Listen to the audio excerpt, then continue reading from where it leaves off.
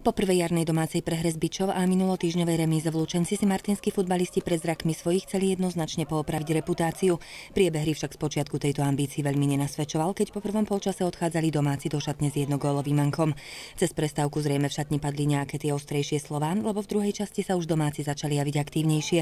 Napriek tomu hostia tiež videli šancu na 3 body a neby ducha prítomného Feriančíka v bráne Žarnovica sa mohla dostať do viacgólového vedenia. Postupne však začali byť čoraz nepríjemnejší aj domáci, no hostujúci Heger v bráne sa spočiatku zaskočiť nenechal. Dôležitý moment ale prišiel v 62. minúte, keď domácich do hry konečne vrátil Ďanovský, ktorému dobre nabil Ďungel. Vyrovnávajúci gól z verencov trénera Jozefa Šina správne naštartoval a hra sa viac odvíjala pred brankárom hostí. Martinčanom však chýbalo viac presnosti, streleckého šťastia a zároveň v rozhodujúcich okamihoch sa predviedol brankár hostí.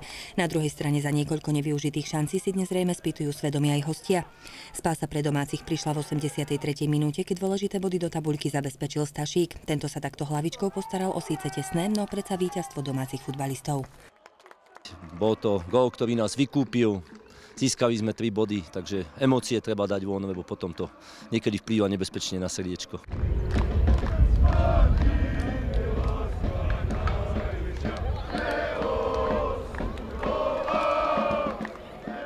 My sme vedeli, že Žarnovica sa zavrie a bude hrať na rýchle protiútoky, ale my sme strašne veľa lôb dneska postrácali. Všade sme boli neskoršie, takže ja sa nečudujem, že Žarnovica mala toľko šancí. My sme vedeli o nich, podržal nás Erik Feriančík, ale kľúčové je to, že sme dneska vyhrali a 3 body sme si zapísali do tabulky. Bol to veľmi dôležitý zápas.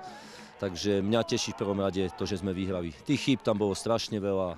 Samozrejme, niektoré pramenili z toho, že sme boli málo koncentrovaní, nepresní, ale 3 body, tie sú dneska podstatné. Pokiaľ sa nemýlim, tak Žarnovica minulý týždeň vyhrala, takže zrejme prišli možno takí posmelení a takisto možno si mysleli, že možno po tej prehre s Byčou, že možno aj oni nájdu recept na FOMAT? Tak, treba si uvedomiť, že Žarnovica má úplne iné družstvo, než sme tam hrali na jeseň. Samozrejme 2 zápasy, keď vyhráte po sebe vonku 0-4, no a doma to potvrdíte, tak sem prídete si zahrať futbal. Futbal im chutil.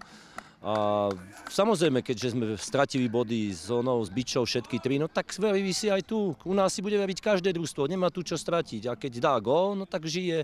A to bol dneska prípad Byče. Samozrejme, mali ďalšie šance, ale aj my sme mali šance. Ja si budem musieť niektoré situácie pozrieť na videu, ale ešte raz 3 body a to je to najpodstatnejšie.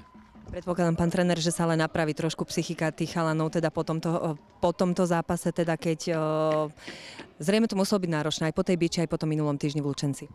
Tak psychika pracuje vždy, ale my sme celý týždeň už dobre pracovali, ale neukázali sme v tom zápase. Kde to bolo, v túto chvíľu si nedokážem odpovedať, musím sa nad tým zamyslieť, samozrejme to aj komunikáciu s hráčmi, ale my sme dneska chceli tým divákom dokázať to, že tá Byča sa už tu opakovať nebude.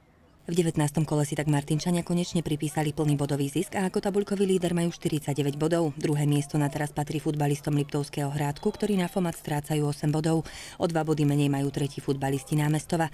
Cez víkend je na programe ďalšie kolom, ktoré Martinčania odohrajú na trávniku súpera. Tentoraz pocestujú do Detvy, teda k futbalistom z chvosta tabuľky. Doma sa predstavia v poslednú aprílovú sobotu, kedy zabojujú proti Čadci.